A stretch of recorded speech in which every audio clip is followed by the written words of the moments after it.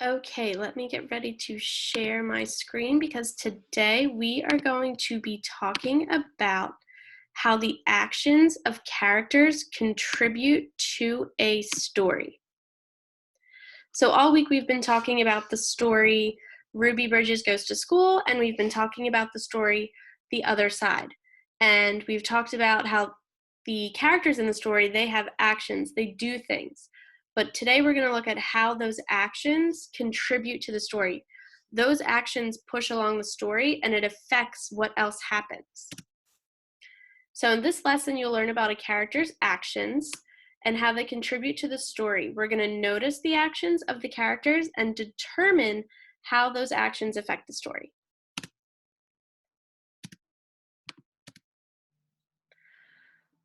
Oh, let me go back one. Okay, so let's review our story about The Other Side. So in The Other Side, we have two characters. We have Annie and we have Clover. And in the story, some of the events that happen are that Annie and Clover live on different sides of the fence. After time goes by, Annie asks Clover what her name is. They then start to sit on the fence together and they become friends when they normally wouldn't have become friends. So when we're talking about how the character's actions contribute to the story, we have two jobs. We have two really big jobs in order to connect everything. So our first job is that we stop and notice the character's actions.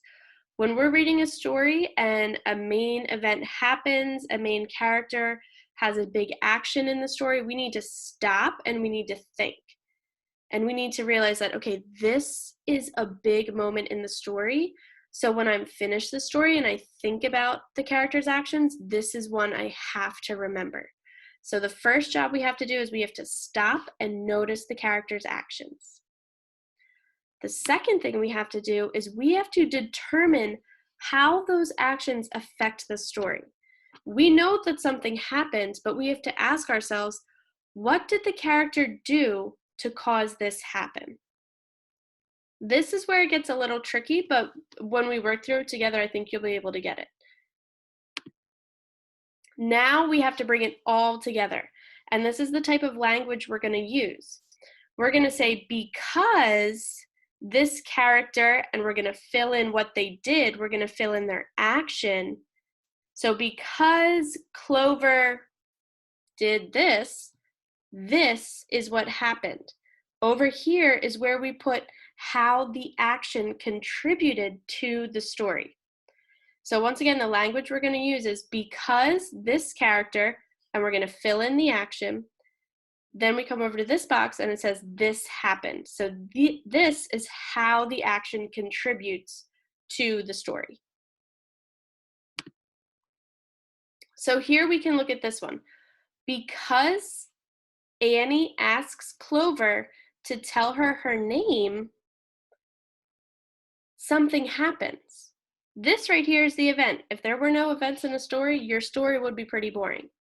So our event is that Annie asks Clover to tell her her name. And then what you're going to do is you're going to think, what does this add to the story? What happens when Annie asks Clover her name? What happens? What caused this event to happen? An action caused it. You're going to fill in what was the effect from this character's action.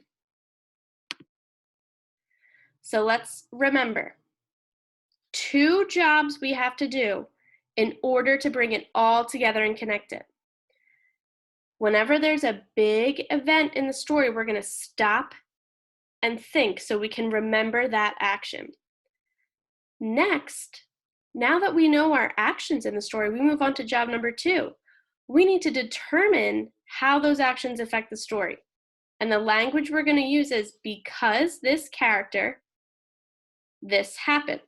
This kind of relates to cause and effect that we used earlier in the week, but it's a little bit different, but you're going to use those same skills in this activity too. So what you're going to do on the next couple slides is you're going to fill in those charts about how the character's actions contributed to the story.